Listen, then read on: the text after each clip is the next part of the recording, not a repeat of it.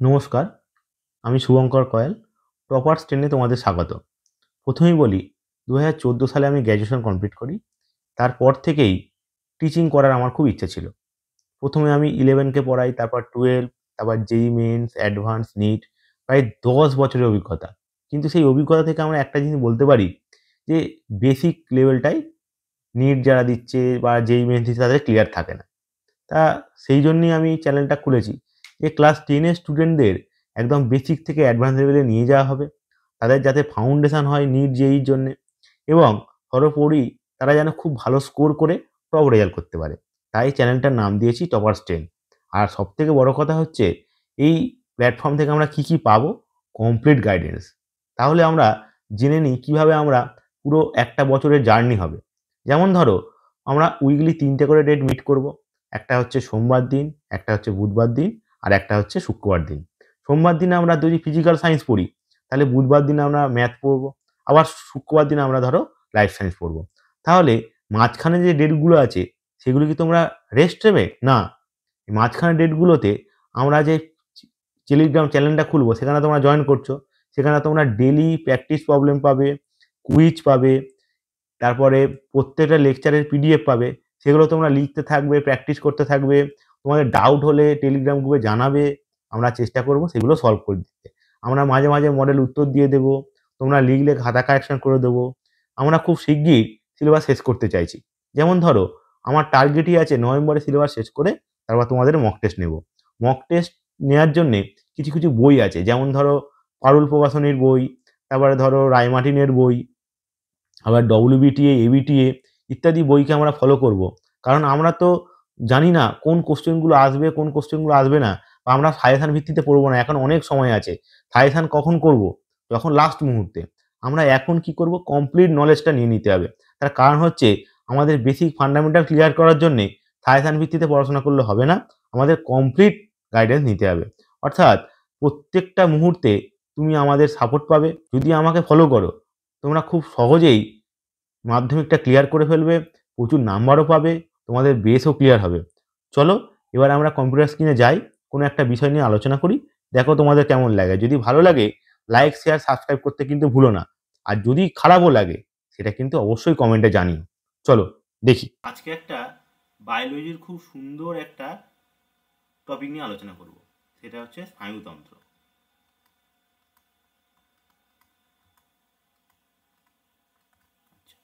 স্নায়ুতন্ত্র মানে কি? স্নায়ুতন্ত্র মানে হচ্ছে ধরো একটা জীব, ধরো এটা একটা জীব, এটা প্রাণ আছে। জীব মানে কি? এর প্রাণ আছে। তাহলে যদি প্রাণ থাকে তাহলে বাহ্যিক উদ্দীপনা দিলে এ সাড়া দেবে। নানাবিধভাবে সাড়া দিতে পারে, কিন্তু সাড়া দেবে তো। কিন্তু বাহ্যিক উদ্দীপনা দিলে সাড়া দিচ্ছে, কি জন্য দিচ্ছে? তার কারণ হচ্ছে এর মধ্যে কি আছে? স্নায়ুতন্ত্র এক্সিস্ট করছে। অর্থাৎ স্নায়ুতন্ত্র থাকলে তবেই একমাত্র কি হবে বলো?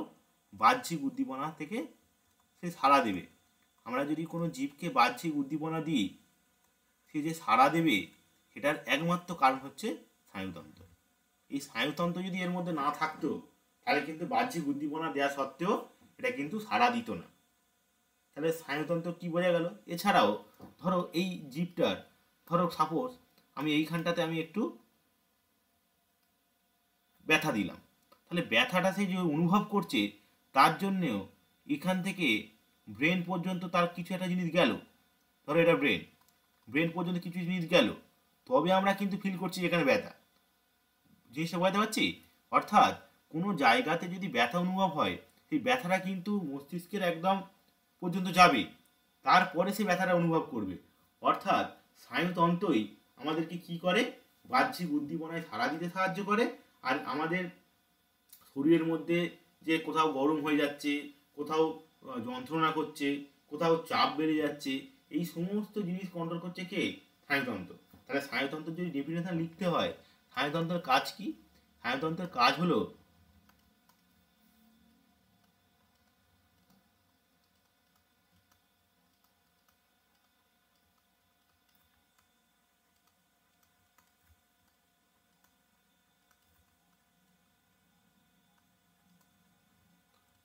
বাহ্যিক উদ্দীপনা প্রয়োগ করলে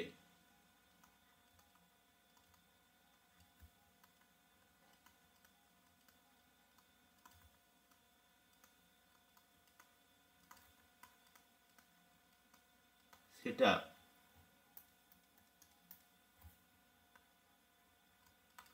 যার সাহায্যে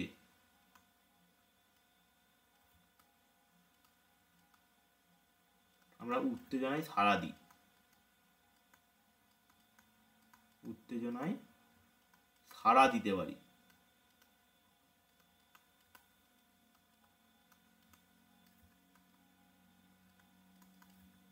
এবং আমাদের শরীরে যদি কোথাও ব্যথা লাগে,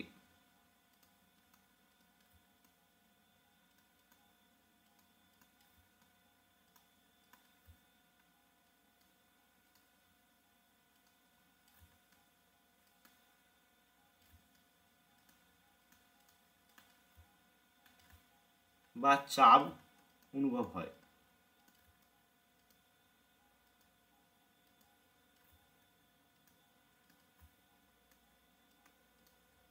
এগুলো যার সাহায্যে বুঝতে পারি, যার সাহায্যে বুঝতে পারি,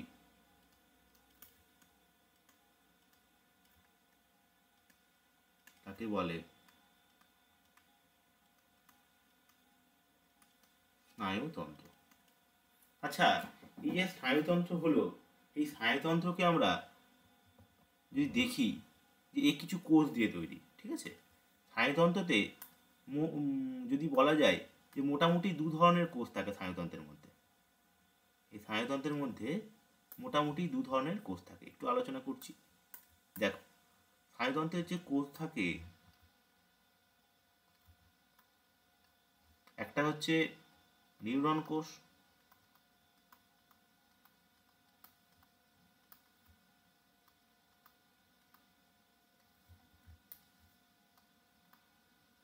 আর একটা হচ্ছে নিউরোগ্লিয়াল কোষ।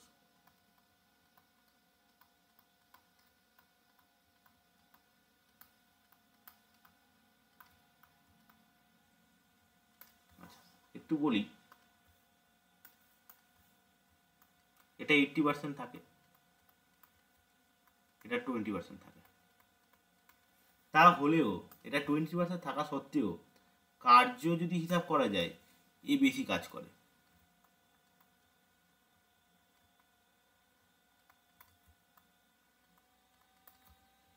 এর কম কাজ করে।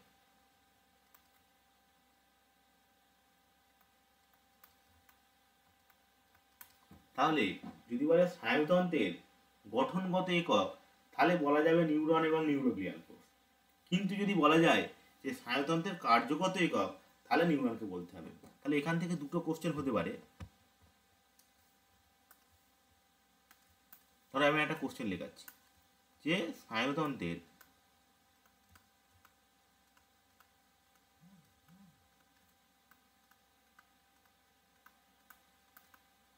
গঠনগত একক, ধরো 1 নম্বর উত্তর দিল নিউরন,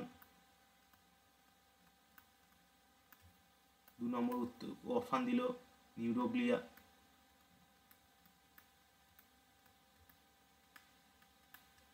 3 নম্বর অপশান দিল বোথ, উভয়, বি উভয়ই,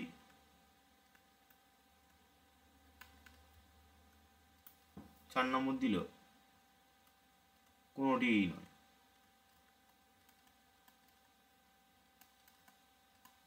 তাহলে আমার উত্তর হবে, তুমি দেখো, দেখে বুঝতে পারছো যে উত্তরটা এমন করতে হবে যাতে মেজর ঠিক হয়।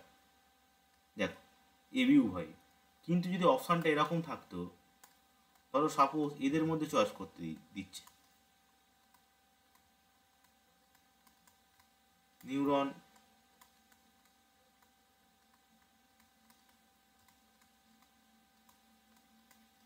নিউরোগ্লিয়া,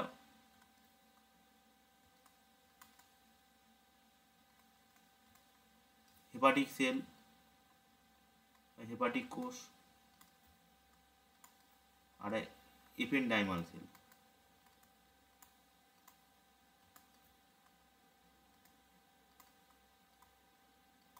এবারে দেখো, ভালো করে লক্ষ্য করো, এখানে কিন্তু আমার অপশানে নেই নিউরন, নিউরোগ্লিয়া। তাহলে আমাকে কিন্তু এই নিউরনকে ঠিক করতে হবে। কেন? কারণ নিউরনটা মেনলি কাজ করে, বেশি থাকা সত্ত্বেও কাজ তো বেশি করে। তাই আমরা এটাকে সঠিক উত্তর ধরে নেব। কারণ এই কি করছে বলো,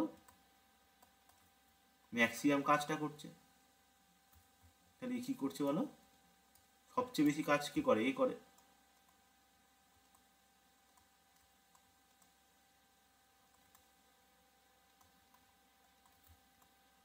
আচ্ছা, এইবারে ধরো বলছে স্নায়ুতন্ত্রের কার্যগত একক কি?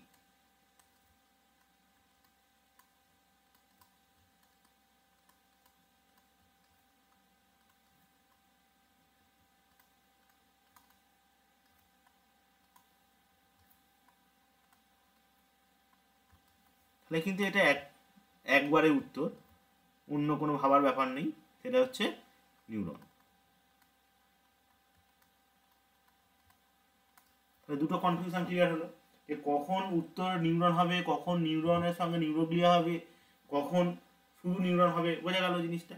তাহলে কার্যগত একক বললে আমরা সবসময় নিউরন ব্যবহার করব, কিন্তু যদি বলে গঠনগত একক, যদি অপশানে নিউরন নিউরোগ্লিয়া থাকে তাহলে দুটোই দিতে হবে।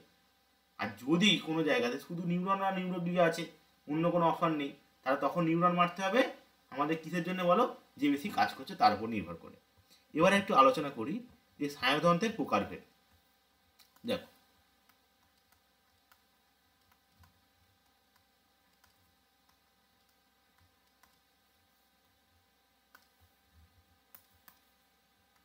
এটা হচ্ছে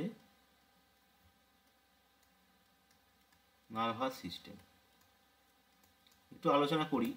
এগুলো ইংলিশ নামটাই ভালো করে শেখো তো, কারণ ভবিষ্যতে আমাদের ইংলিশটাই লাগবে, আর বিশেষ করে এই নার্ভ চ্যাপ্টার ইংলিশ তো লাগবেই লাগবে। সেজন্য ডিরেক্ট ইংলিশগুলো লিখে দিচ্ছি, দেখে নাও। প্র্যাকটিস করতে করতে আশা করছি হয়ে যাবে, খুব একটা অসুবিধা হবে না। একটা হচ্ছে central nervous system. Central nervous system এটাকে বলে, শর্ট ফর্মে বলা হয় কেন্দ্রীয় স্নায়ুতন্ত্র। দেখো, বাংলায় বলা হয় কেন্দ্রীয় স্নায়ুতন্ত্র।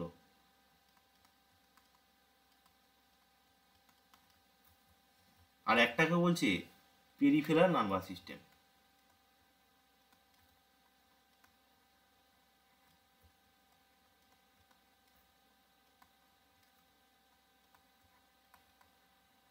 আচ্ছা, এর বাংলাটা কি?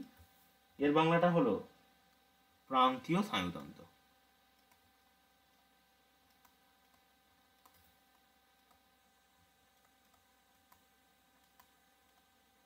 আচ্ছা, এই সেন্ট্রাল নার্ভাস সিস্টেম কি কি দিয়ে তৈরি দেখো তো। দেখো, একটা হচ্ছে ব্রেন, আর একটা হচ্ছে স্পাইনাল কর্ড। দেখো, একটা হচ্ছে ব্রেন, একটা হচ্ছে কি স্পাইনাল কর্ড।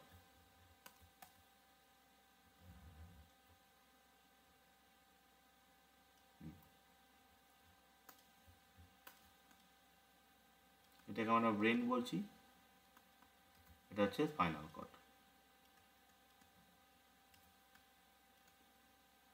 আচ্ছা, স্পাইনাল কর্ডের বাংলা নামটা কি? সুষুম্না কাণ্ড।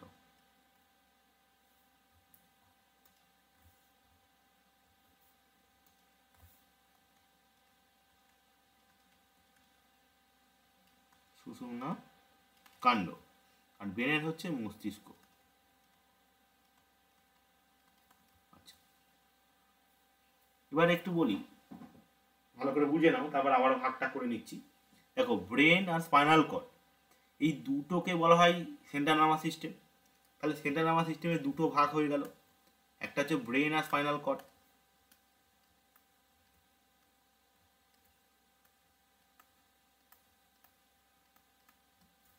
একটা হচ্ছে স্পাইনাল কর্ড।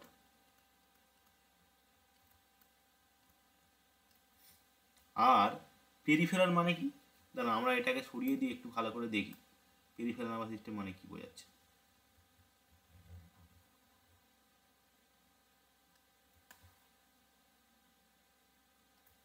দেখো,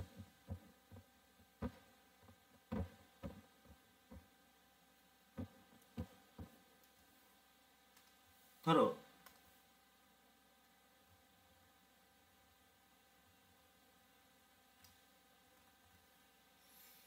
এটা ব্রেন,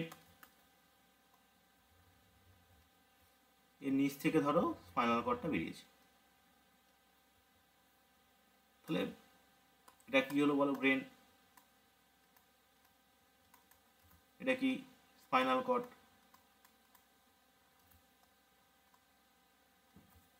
এবারে এই ব্রেন আর স্পাইনাল কর্ড থেকে যেটা বাইরে বেরিয়েছে তাদেরকে বলা হয় পেরিফেরাল নার্ভাস সিস্টেম। অর্থাৎ ব্রেন থেকে কিছু জিনিস বেরোবে বাইরে, কিছু বেরোবে কোথা থেকে বলো? স্পাইনাল কর্ড থেকে বাইরে বেরোবে। তাহলে স্পাইনাল কর্ড থেকে আর ব্রেন থেকে যেগুলো বেরিয়েছে, যে নার্ভগুলো বাইরে বেরিয়েছে, এগুলো তো এক ধরনের নার্ভ। এই যে নার্ভগুলো বাইরে বেরিয়েছে এগুলোকে বলছে পেরিফেরাল নার্ভাস সিস্টেম। তাহলে পেরিফেরাল নার্ভাস সিস্টেম কাকে বলে? যদি বলে পেরিফেরাল নার্ভাস সিস্টেম কাকে বলে?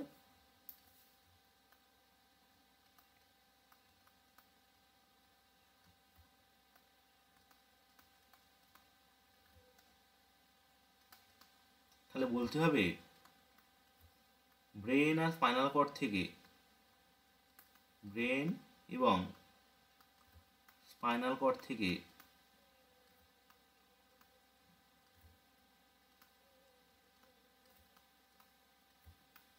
যে নার্ভ গুলো বাইরে বেরিয়ে এসছে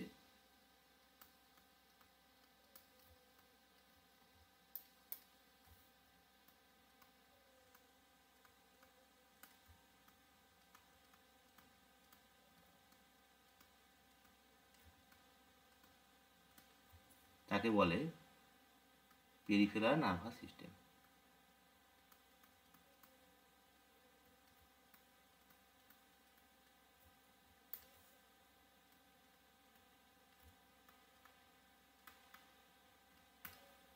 আচ্ছা, এবারে দেখো, এবার এর মধ্যে আবার যদি তুমি ভাগ করো, কিছু কিছু ব্রেন থেকে বেরিয়েছে, কিছু কিছু স্পাইনাল কর্ড থেকে বেরিয়েছে, তার মানে পেরিফেরাল নার্ভাস সিস্টেমকে, নার্ভগুলোকে আবার ভাগ করা হচ্ছে তাদের অরিজিনের উপর ভিত্তি করে।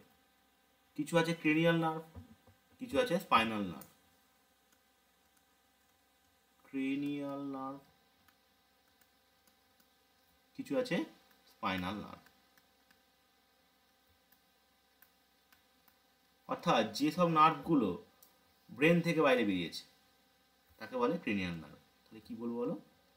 যেসব নার্ভগুলো, যেসব নার্ভগুলো ব্রেন থেকে বাইরে বেরিয়েছে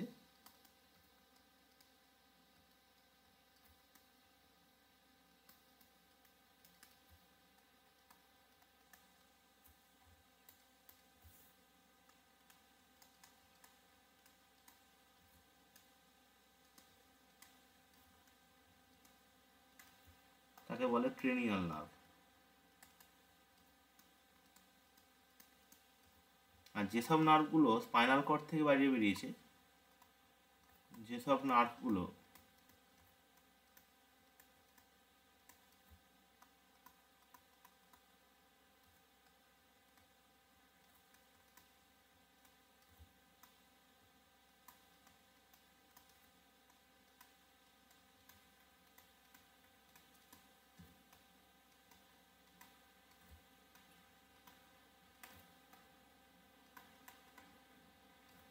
স্পাইনাল নার্ভ।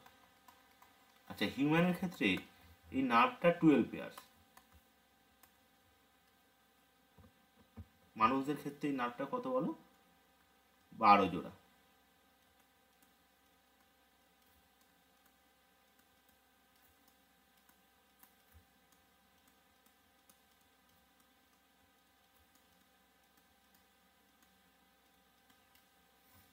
আর মানুষদের ক্ষেত্রে এটা হচ্ছে 31 জোড়া।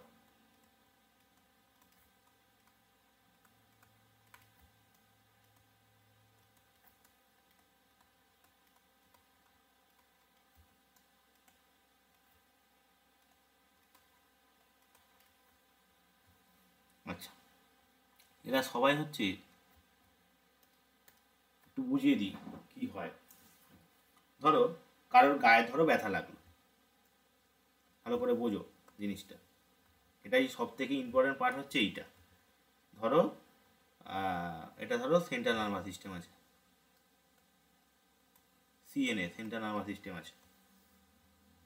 ধরো এইখানে কারোর গায়েতে কাঁটা ফুটলো, ধরো এটা একটা মাসেল, ঠিক আছে, তো মাসেলের গায়েতে ধরো কাঁটা ফুটেছে, পিরেক ফুটেছে, যাও একটা হয়েছে, দেখিয়ে দিলাম। তাহলে এই যে ব্যথা হচ্ছে তার পেনটা সে কীভাবে অনুভব করবে? তাহলে একটা পদ আছে, ঠিক আছে, একটা নার্ভ আছে, এই নার্ভটা সেন্ট্রাল নার্ভাস সিস্টেমে নিয়ে যাবে। এই নার্ভটাকে কি বলে? এই নার্ভটাকে বলে অন্তর্বাহী স্নায়ু। অন্তর্বাহী স্নায়ু, কারণ ভিতরে নিয়ে যাচ্ছে। ইংরাজিতে বলে এটাকে অ্যাফারেন্ট নিউরন।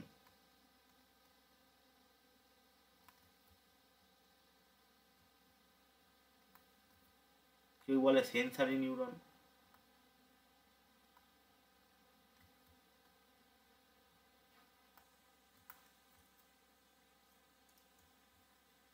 নিউরন না করে এটা নার্ভ করো, তাহলে আরো ভালো হবে। Sensory nerve. আচ্ছা, তারপরে এই সেন্ট্রাল নার্ভাস সিস্টেম একই অবজেক্টের উপরে হাতটা সরিয়ে নিতে পারে, বা অন্য হাতে গিয়ে বলতে পারে যে ওই পিরেকটা আমি সরিয়ে দেবো। ধরো ডান হাতে তোমার লেগেছে, পিরেকটা ফুটেছে, তা তুমি কি করবে? ওই সেন্ট্রাল নার্ভাস সিস্টেম বাঁ হাতকে বলবে, অর্ডার দেবে যে তুমি পিরেকটা বের করে দাও, তখন হাতটা দিয়ে বের করে দেবো। তার মানে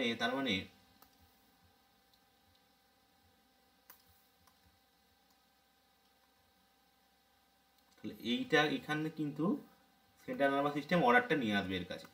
ধরো এটা বাঁ হাতে অর্ডারটা নিয়ে আসবে, এই আসছে, এই যে গেল, এটাকে বলে বহির্বাহী স্নায়ু। বহির্বাহী স্নায়ু বা ইফারেন্ট নিউরন, ইফারেন্ট নার্ভ, বা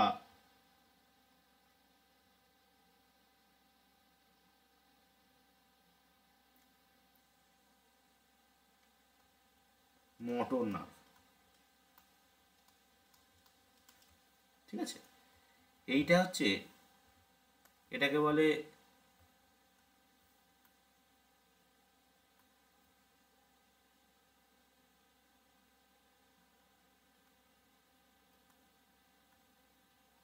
সেন্সরি পার্ট, এটাকে বলে ইফেক্টর পার্ট। মানে যে এফেক্ট দেখাবে আর কি। তাহলে এইভাবে পথটা কাজ করে। তাহলে সেন্ট্রাল নার্ভাস সিস্টেম কীভাবে কাজ করছে, বহির্বাহী স্নায়ু কীভাবে কাজ করছে, অন্তর্বাহী স্নায়ু কীভাবে কাজ করছে, বোঝা গেল। এবারে যদি আমরা এই 12টি নার্ভ নিয়ে ক্রেনিয়াল নার্ভ সম্বন্ধে জানি, আজকে যা সময় আছে মোটামুটি এটা করা যাবে, ক্রেনিয়াল নার্ভটা করা যাবে। দেখো ক্রেনিয়াল নার্ভের বেসিক ফান্ডামেন্টাল একটু দেখে নেওয়া যায়। তাহলে প্রথম কথা,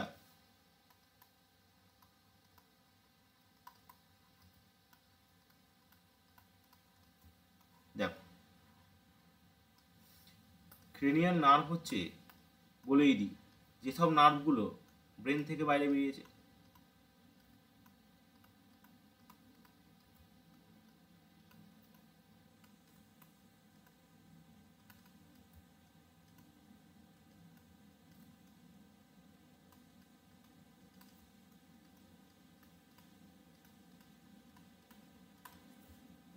আচ্ছা, এর বৈশিষ্ট্য কি? এটি 12 জোড়া। আর এর বৈশিষ্ট্য কি? কখনো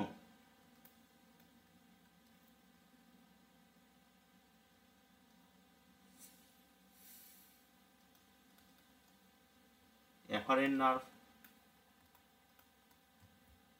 কখনো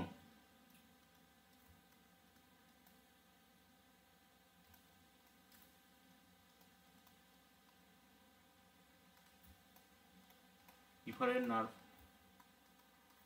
কখনো বোথ নার্ভ হিসাবে কাজ করে।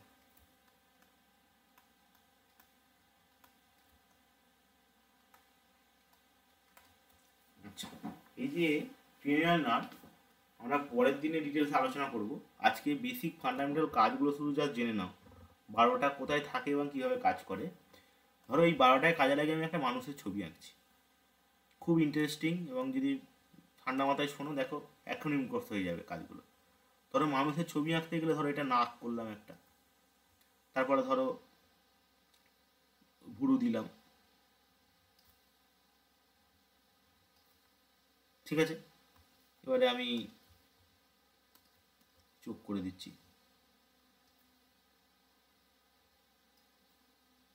দেখো এবারে মুখটা আমি আঁকছি,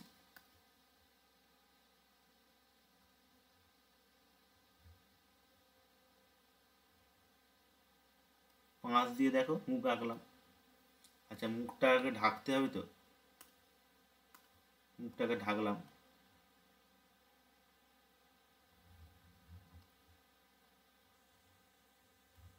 হাত দিয়ে মুখ ঢাকলাম। আচ্ছা,